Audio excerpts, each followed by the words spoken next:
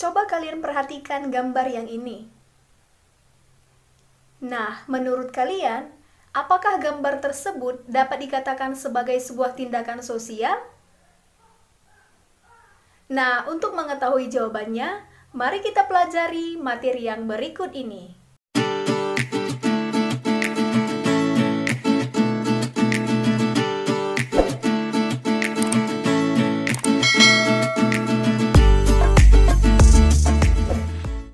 Selamat pagi anak-anak ibu, apa kabar kalian semuanya? Semoga kalian senantiasa dalam keadaan yang baik ya. Selamat bertemu kembali dengan Ibu Remina Tarigan, Guru Bidang Studi Sosiologi. Nah, pada pertemuan kali ini, materi yang akan kita pelajari adalah tentang tindakan sosial. Adapun pokok bahasan pada pertemuan ini adalah pengertian tindakan sosial dan jenis-jenis tindakan sosial. Kita masuk yang pertama, pengertian tindakan sosial. Nah, menurut Max Weber, tindakan sosial artinya tindakan yang bermakna bagi diri sendiri dan diarahkan kepada orang lain. Nah, perlu anak-anak ibu ketahui bahwa kalau tindakan tersebut diarahkan kepada benda mati dan tidak ada kaitannya dengan orang lain, maka tindakan tersebut bukanlah tindakan sosial. Contohnya adalah tindakan seseorang yang mengetuk pintu. Nah, kalau seseorang yang mengetuk pintu tersebut, rumah yang diketuknya dalam keadaan kosong ataupun tidak ada penghuni, maka tindakan tersebut bukanlah termasuk tindakan sosial, karena tindakan tersebut tidak ada kaitannya dengan orang lain.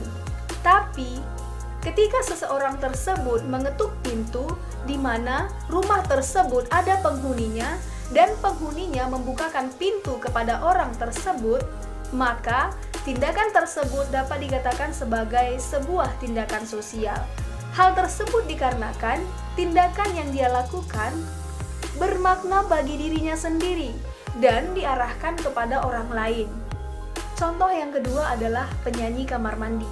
Nah, kita ketahui bahwa istilah penyanyi kamar mandi ditujukan kepada orang-orang yang kurang memiliki kepercayaan diri di dalam bernyanyi di depan umum, sehingga orang tersebut hanya berani bernyanyi di dalam kamar mandi. Nah, penyanyi kamar mandi tersebut bukanlah termasuk ke dalam sebuah tindakan sosial. Hal tersebut dikarenakan tindakan yang dia lakukan di dalam bernyanyi hanya bermakna bagi dirinya sendiri dan tidak diarahkan kepada orang lain ataupun tidak ada kaitannya dengan orang lain. Tetapi, kalau tindakan dia bernyanyi di dalam kamar mandi dan ada orang di luar kamar mandi yang mendengar suara dia dan memuji dengan mengatakan, "Wow, suara kamu bagus sekali." Nah, maka tindakan tersebut dapat dikatakan sebagai sebuah tindakan sosial karena tindakan dia bernyanyi ada maknanya bagi dirinya sendiri dan ada maknanya bagi orang lain yang mendengarkannya, ataupun ada kaitannya dengan orang lain yang mendengar suara dia bernyanyi di kamar mandi. Nah, seperti itulah yang dikatakan dengan tindakan sosial. Nah, sekarang kita masuk materi yang kedua adalah jenis-jenis tindakan sosial. Nah, menurut Max Weber, ada 4 jenis tindakan sosial. Yang pertama adalah tindakan rasional instrumental. Nah, yang dikatakan tindakan rasional instrumental adalah tindakan yang dilakukan dengan pertimbangan dan pilihan secara sadar untuk mencapai suatu tujuan. Contoh yang pertama adalah seorang anak yang lebih memilih membeli buku-buku pelajaran sekolah daripada membeli sebuah novel. Nah, hal tersebut dilakukan oleh sang anak dengan harapan ataupun dengan tujuan ketika dia membeli buku pelajaran sekolah, nantinya dia akan memperoleh ilmu pengetahuan ataupun memperoleh wawasan tentang suatu pelajaran. Contoh yang kedua adalah seorang siswa yang begadang belajar dengan harapan agar dapat menjawab soal-soal ujian dengan benar dan memperoleh nilai yang bagus pada saat ujian. Contoh yang ketiga adalah seorang remaja yang lebih memilih mengikuti kursus menjahit daripada kursus komputer.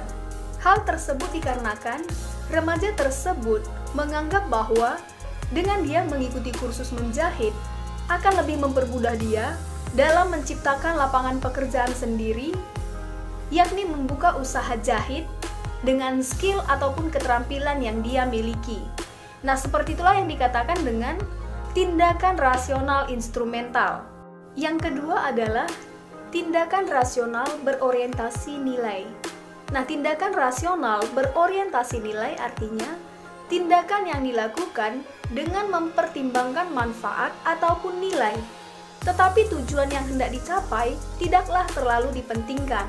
Hal tersebut dikarenakan individu tersebut hanya beranggapan bahwa yang penting tindakan yang dia lakukan masih termasuk ke dalam kriteria baik dan benar di mata masyarakat.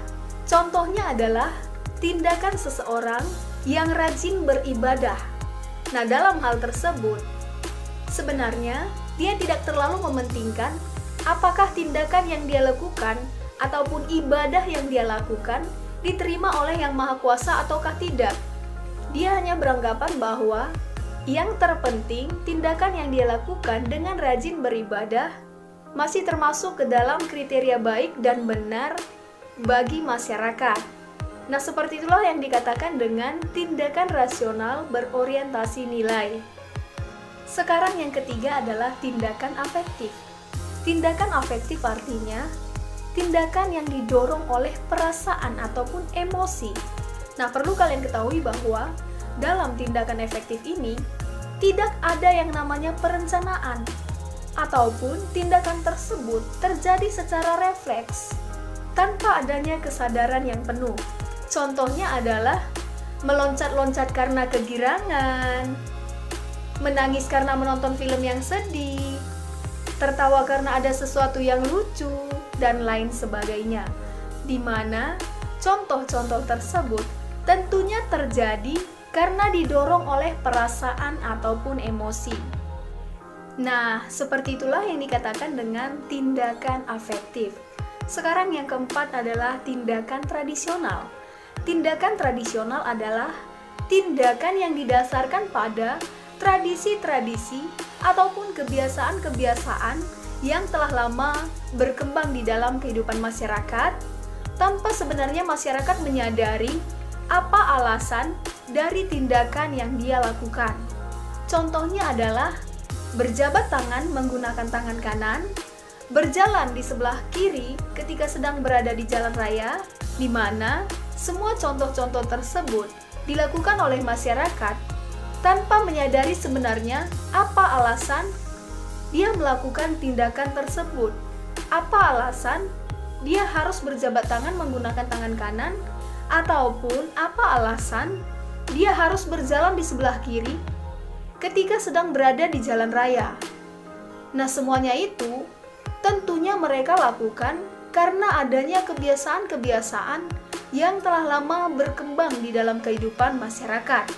Nah, seperti itulah yang dikatakan dengan tindakan tradisional. Nah, apakah kalian dapat mengerti atas apa yang Ibu jelaskan? Oke, bagus sekali. Baiklah anak-anak Ibu, itu saja materi kita untuk hari ini, yakni tentang pengertian tindakan sosial dan jenis-jenis tindakan sosial. Semoga apa yang Ibu jelaskan dapat bermanfaat bagi kalian semua, dan sampai jumpa pada materi kita yang selanjutnya. Terima kasih.